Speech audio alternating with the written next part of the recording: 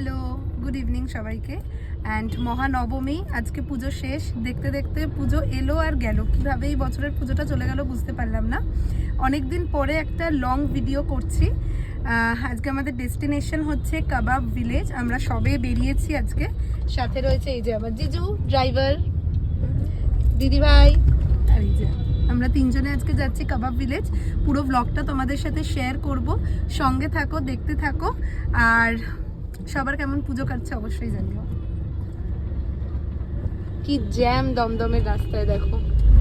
এখন আমরা সবে দমদম থেকে বেরিয়েছি। এটা হচ্ছে বৈদ্যবাটিতে লোকেশনটা। মিনিমাম যেতে এখন 1.5 ঘন্টা তো লাগবেই। দেখা যাক কখন গিয়ে পৌঁছাই। আমরা দমদম থেকে বেরিয়ে এখন চিড়িয়া মোড়ের রাস্তায় রয়েছি। আমি যতটা পারবো আমি ম্যাপটা তোমাদেরকে শেয়ার করে দেবো, মানে বলে দেবো, তাহলে তোমাদেরও সুবিধা হবে। প্রবিতা, চিড়িয়া মোড় থেকে বেরিয়ে তারপর কিরম ভাবে যাবে তাও একটা বলে দাও। সোজা দক্ষিণেশ্বর বালি ব্রিজ হয়ে দিল্লি রোড ধরবো। দিল্লি রোডের ওপরেই রেস্টুরেন্টটা। ওকে, দিল্লি রোডের ওপরেই রেস্টুরেন্টটা। দেখতে থাকো, আমি তোমাদের দেখিয়ে দেবো অবশ্যই। আচ্ছা, এই রুট ম্যাপটা কিন্তু আমরা দেখাচ্ছি যারা কিনা, এই যে সবাই এখানে আড্ডা মারছে, যারা কিনা নিজেদের বাইক স্কুটি বা মানে বাই রোড যারা আসছো, দমদম হয়ে কিভাবে আসা যায় সেই রুটটাই পুরোটা বলে দিলাম। দেখো, এটা হচ্ছে দিল্লি রোডের রাস্তাটা।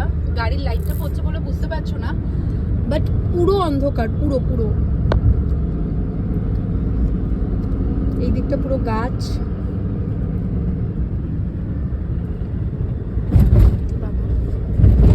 মানে এই রাস্তাতে রাত্রিবেলা কাউকে একা ছেড়ে দিলে হয়ে গেল, শেষ।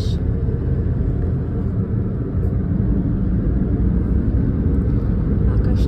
তো আমরা বৈদ্যবাটিতে অলরেডি ঢুকে গেছি, এটাই হচ্ছে তার প্রমাণ।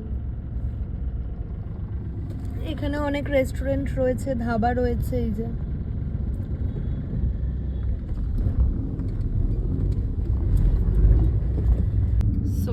আমরা এসে গেছি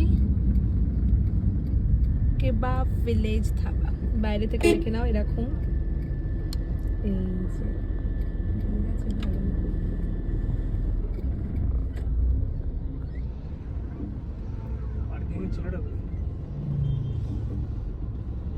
এই যে উপরেও তোমার সবাই বসে আছে, বাট আজকে মনে হচ্ছে ভিড় আছে, জানি না, আমি তো প্রথমবার এলাম। বাকিটা ভেতরে গিয়ে তোমাদেরকে দেখাচ্ছি।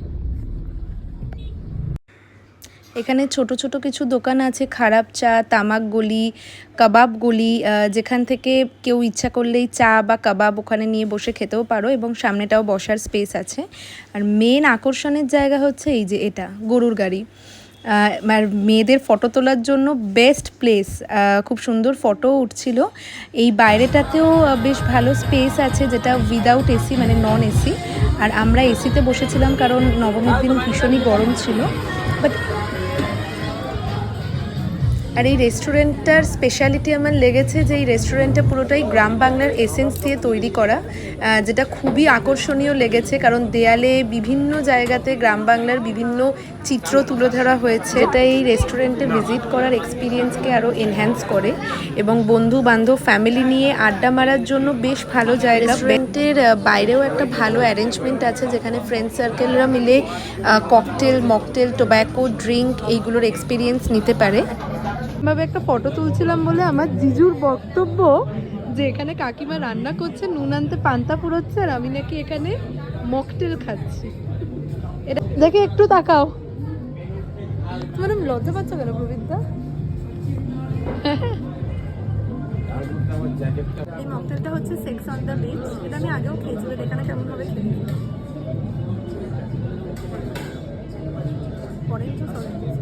না। আর এটা হচ্ছে পুজোর মেনু। যদিও পুজোর মেনু অ্যান্ড রেগুলার মেনুর মধ্যে কিছুটা ডিফারেন্স তো থাকে, তাও আমি তোমাদের দেখিয়ে দিলাম।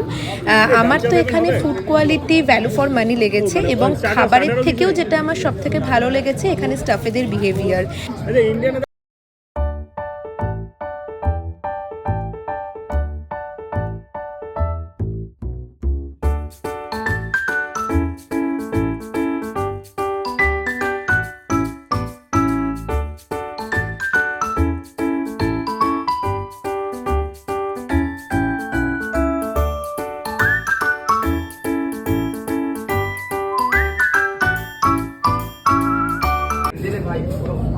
এখন চলছে না ফটোশুট, আমাদের খাওয়া দাওয়া ডান। এখন বাজে রাত 2টো অলমোস্ট, তাও এখনো রেস্টুরেন্টে লোক আছে। তো আমাদের খাবার দাবার ডান, আমরা গাড়িতে উঠেও গেছি কারণ অনেকটা রাত হয়ে গেছিলো, অলমোস্ট 3টে বাজতে যায়। আর ওরাও রেস্টুরেন্ট বন্ধ হওয়ার টাইম ছিল, ওই জন্য আর ওখানে দাঁড়িয়ে কোনো ভিডিও করা হয়নি। তোমাদের সাথে পুরো ভিডিওটা শেয়ার করবো, অ্যাম্বিয়েন্স থেকে শুরু করে সবটাই। মানে বন্ধুদের সাথে আড্ডা মারার জন্য বেশ ভালো জায়গা, কিন্তু হ্যাঁ অনেকটাই দূর। ভালো লাগলে লাইক কমেন্ট শেয়ার অবশ্যই করো। এখন আমরা যাচ্ছি ঠাকুর দেখতে। কিছু পাস, আমাদের পাসগুলো কোথায়? কিছু পাস দিদি পেয়েছে অফিস থেকে, তো সেগুলো দেখি কতটা কভার করা যায়, যতটা কভার করা যাবে করবো। তো সঙ্গে